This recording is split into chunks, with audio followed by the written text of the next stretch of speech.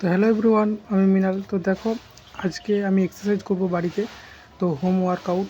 সেই জন্য ভাবলাম যে একটা ভিডিও করি। আর আগে আমি ভিডিওতে বলেছিলাম যে বাড়ির মধ্যে আমি এক্সারসাইজ করি, জিম করি আর কি। তো আমাদের বাড়ির কাছে একটা জিম সেন্টার আছে যদিও অলরেডি, তো যাওয়া হয়নি। আর যদিও যাওয়া হয় মাঝের মধ্যে যাওয়া হয়, একদম বাড়ির কাছে 5 মিনিটের রাস্তা। তো যাওয়া হয়নি 7টা থেকে জিম সেন্টার, তো গেলে আর মোটামুটি 10টা-11টা বেজে যায়। সেই ক্ষেত্রে আমার নিজের পড়ার ক্ষতি হয়, আর এসে পড়তে বসতে মন যায় না, মানে এনার্জি প্রচণ্ড লস হয়ে যায়। ঠিক আছে, ওখানে যদিও মাস্টার আসে, তো মাস্টার এলে বুঝতেই পারছো মানে কতটা হাই তোমাকে পরিশ্রম করতে হবে। তো সেই কারণে ওই যত পরিশ্রম করতে হবে তেমন খাবার খেতে হবে, ঘুমোতে হবে। তো সেই কারণে তেমন পরিশ্রম করা হয়নি, যাওয়া হয়নি। মাঝের মধ্যে যাওয়া হয়, মাসে 1-2বার যাওয়া হয়।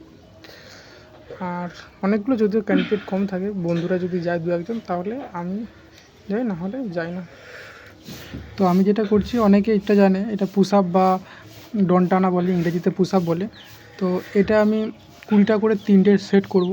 তো যারা নতুন কেউ যদি করে, তো সেই ক্ষেত্রে যদি 10টা বা 5টা 7টা করে সেটাই অনেক। ঠিক আছে, তো প্রথম 20টা কেউ টানতে যাওয়াটা উচিত নয়। আর আমি অলরেডি প্রায়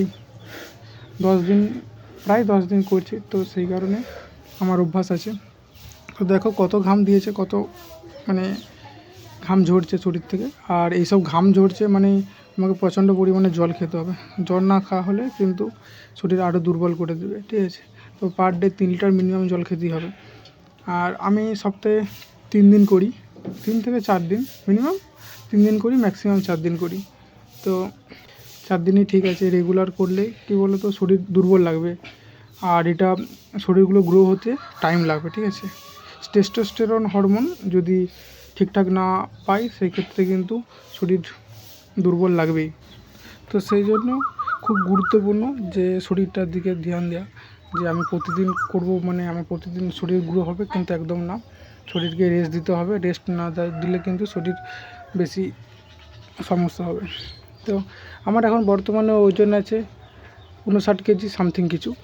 তো আগে আমার ওজন ছিল 55 কেজি, 56 কেজি এরকম। ঠিক আছে, তো এখন আমার কিছুটা ইমপ্রুভ হয়েছে। তো আমার টার্গেট আছে যে 60 কেজির আপে, মোটামুটি 65 কেজি পর্যন্ত আমি নিয়ে যাব, তার বেশি আমি নিয়ে যাব না। তার বেশি নিয়ে গেলে নিজেকে মোটা লাগবে, গদা লাগবে আর কি। তো সেই জিনিসটা আমি চাই না। আর বুকের পেটের মধ্যে যে ভুঁড়ি বা এই যে জায়গাটা দেখা যাচ্ছে, সেটাই কিন্তু আমি যদি চাই 2 থেকে 3 দিনের মধ্যেই প্যাক বার করে দেওয়া সম্ভব। ঠিক আছে, তো এখন আমার তেমন ভুঁড়ি নেই, তো আমি চাই না এখন যদি ওটা বার করে দিই, সেই ক্ষেত্রে কিছু ওজনটা মানে দেখতে হয়তো তেমন ভালো লাগবে না আর কি।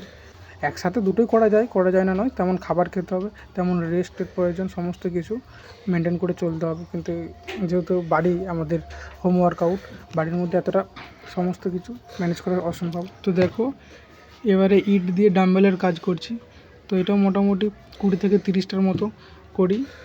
যখন যেমন হাতে খুব ব্যথা হলে মোটামুটি 30টা করে টানি, টোটাল 60 থেকে 90টা করি। ঠিক আছে, আর হাতে না ব্যথা করলে 40টা 50টা প্রথমে স্টার্টিং করি, তারপরে যদি টানতে পারি মোটামুটি 120 পর্যন্ত টানি, তার বেশি নয়।